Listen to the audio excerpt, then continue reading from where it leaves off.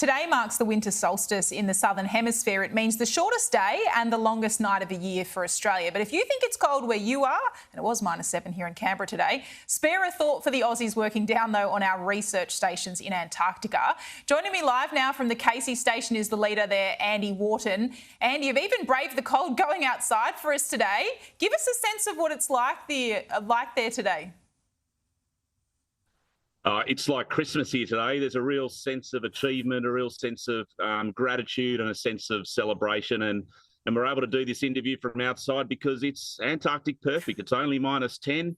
There's almost 0 degrees of wind. It's magnificent. Yeah, you know, you get it to probably used to the cold down there when you think -10's pretty good day to go outside. I know in the past years there's been this tradition, and it happens on the other bases down there, of this midwinter swim. Is that happening where you are today? Yes, it's not happening today. It's going to happen in a couple of days. We tried yesterday, but Mother Nature said no. What it involves is basically cutting a hole in the ice. It's about a metre and a half deep. And then those that want to, as you can see from the footage on the screen, they go in.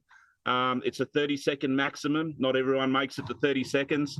It's below zero, so it's around -1.5 degrees.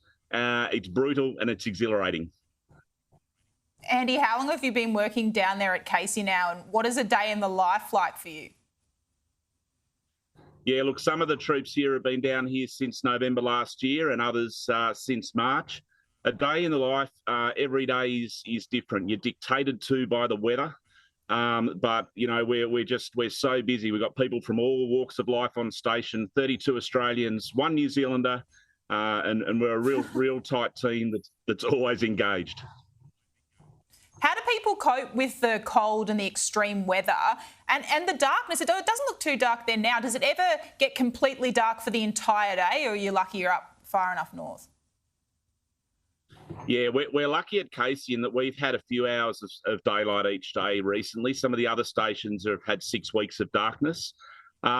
Look, coping with the cold, coping with the lack of light, the Australian Antarctic Division's done this before many times. So we have vitamin D tests before we come down here. We get supplements where we need it.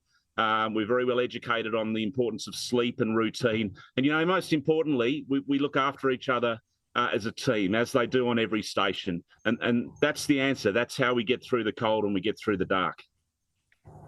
And tell us about the work that's done down there. How important is it to have these research stations down there on Antarctica? People give up so much of their life to actually go down, not see their families for months.